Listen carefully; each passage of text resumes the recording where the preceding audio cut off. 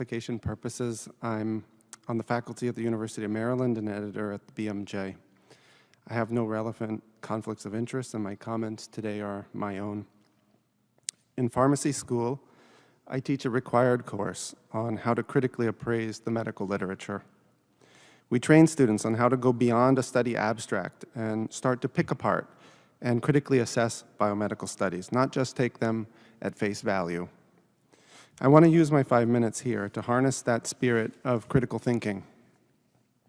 I'm saddened that we are supersaturated as a society right now in the attitude of everybody knows that has shut down intellectual curiosity and led to self-censorship. So let me start with a few everybody knows examples that I'm not sure we should be so certain about. Everybody knows that this is a pandemic of the unvaccinated. But if hospitalizations and deaths were almost exclusively occurring in the unvaccinated, why would booster shots be necessary? Or why would the statistics be so different in the UK, where most COVID hospitalizations and deaths are among the fully vaccinated, as Senator Johnson said? There's a disconnect there. There's something to be curious about. There's something not adding up, and we should all be asking, is it true that this is a pandemic of the unvaccinated? What does that even mean? Next slide, please. Then there's this. Everybody knows that COVID vaccines save lives. In fact, we've known this from early 2021. The clinical trials proved that to be the case, as you can see here in the quote of a February article in the Journal of the American Medical Association. But is it true? When that statement by prominent public health officials was penned, there had been just one death across the 70,000 Pfizer and Moderna trial participants. Today we have more data, and you can see that there were similar numbers of deaths in the vaccine and placebo groups. The trials did not show a reduction in death.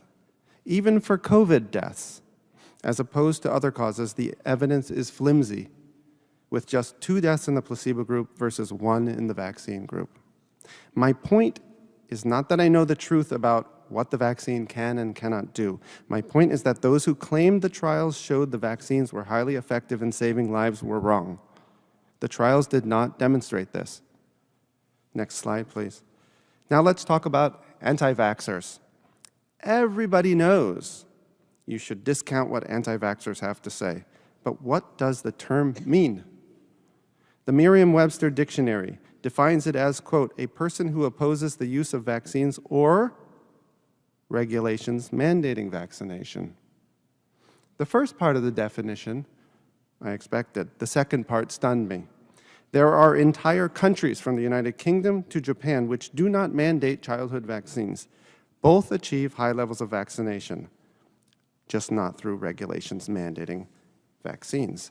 There are no mandates there, and I would wager that a large minority, perhaps a majority of the world's population meets the definition here of an anti-vaxxer. Another definition worth checking is vaccine. Next slide, please. I am one of the academics that argues that these mRNA products, which everybody calls vaccines, are qualitatively different than standard vaccines. And so I found it fascinating to learn that Merriam-Webster changed its definition of vaccine early this year.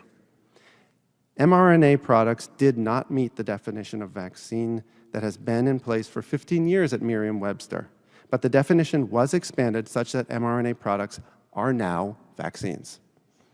I highlight this to ask a question. How would you feel about mandating COVID vaccines if we didn't call them vaccines? What if these injections were called drugs instead? So here's the scenario. We have this drug, and we have evidence that it doesn't prevent infection, nor does it stop viral transmission. But the drug is understood to reduce your risk of becoming very sick and dying of COVID. Would you take a dose of this drug every 6 months or so for possibly the rest of your life? If that's what it took for the drug to stay effective? Would you not just take this drug yourself, but support regulations mandating that everybody else around you take this drug? Or would you say, hold on a sec. Maybe you'd say that if that's all the drug does, why not use a normal medicine instead? The kind we take when we're sick and want to get better. And why would you mandate it?